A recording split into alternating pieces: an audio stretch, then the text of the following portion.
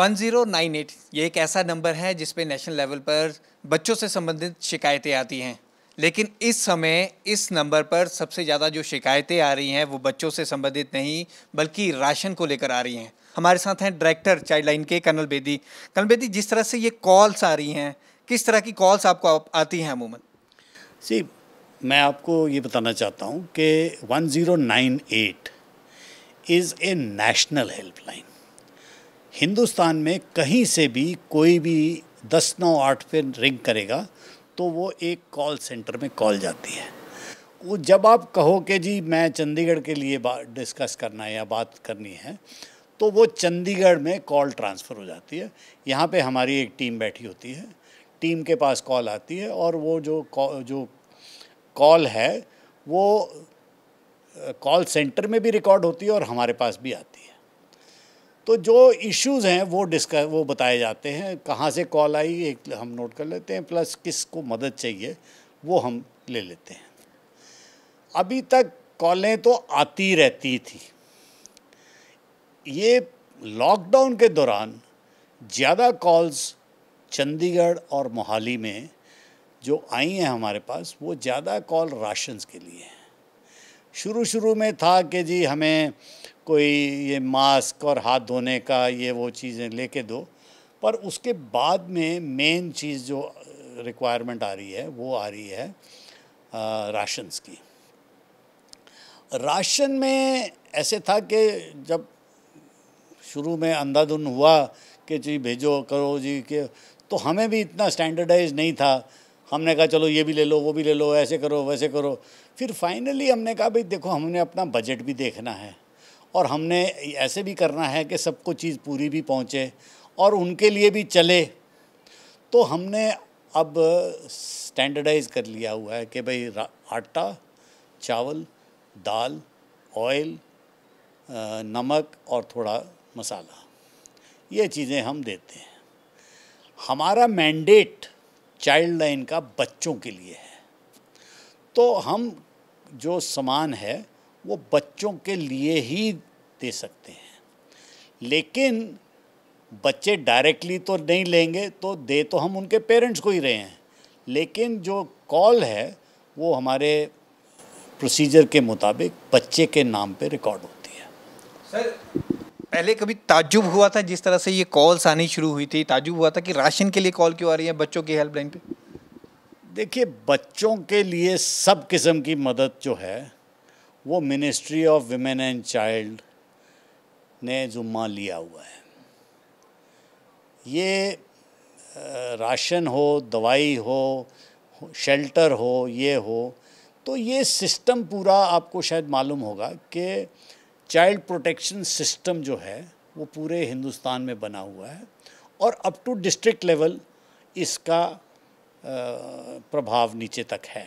अब तक की बात करें सर, 3 महीने आप कह रहे हो, 3 महीने मार्च से जब से लॉकडाउन लगा है कॉल्स आ रही हैं कंटिन्यू, अब तक कितनी कॉल्स आ चुकी हैं? तकरीबन बच्चों की फैमिलीज़ को, तकरीबन 700 फैमिलीज़ को हमने चाइल्ड लाइन से मदद की है। इसके अलावा क्योंकि हम इस सिस्टम में लगे हुए थे, तो डिस्ट्रिक्ट चाइल्ड प्रोटेक्शन यूनिट और चाइल्ड वेलफेयर कमेटी, उन्होंने भी हमें अप्रोच किया कि जी आप तो बांट ही रहे हो, थोड़े से राशन हमारे पास भी हैं और हमारे को भी कॉलें आ रही हैं। उन्होंने भी एक बड़ा अच्छा सिस्टम बनाया है, वो उसको कहते हैं ट्री सिस्टम। उन्होंने क्या किया है कि भाई एक बंदे को बोला, उसने 2 बंदों को बोला, फिर 2 बंदों ने 4 बंदों को बोला, फिर 6 बंदों को बोला, तो जिसको मदद चाहिए वो किसी एक कॉमन नंबर पे फ़ोन कर देते हैं। तो उनके भी नेचुरली कॉल्स तो उन्हीं गरीब इलाकों से आती हैं, मौली जगरा ले लो, मलोया ले लो, दनास ले लो, ऐसे इलाकों से ही आएंगी कॉल्स, बिकॉज़ बाकी शहर में तो कोई इतने नीडी लोग नहीं हैं। बट बाय एंड लार्ज जो कॉल्स आ रही हैं वो इन्हीं इलाकों से आ रही हैं। कुछ देर 26 सेक्टर में बापू धाम कॉलोनी से भी आई थी, हमने 1-2 बारी किया, फिर उसके बाद में मैंने कहा भाई मैं नहीं कर सकता, because I can not put my people under risk.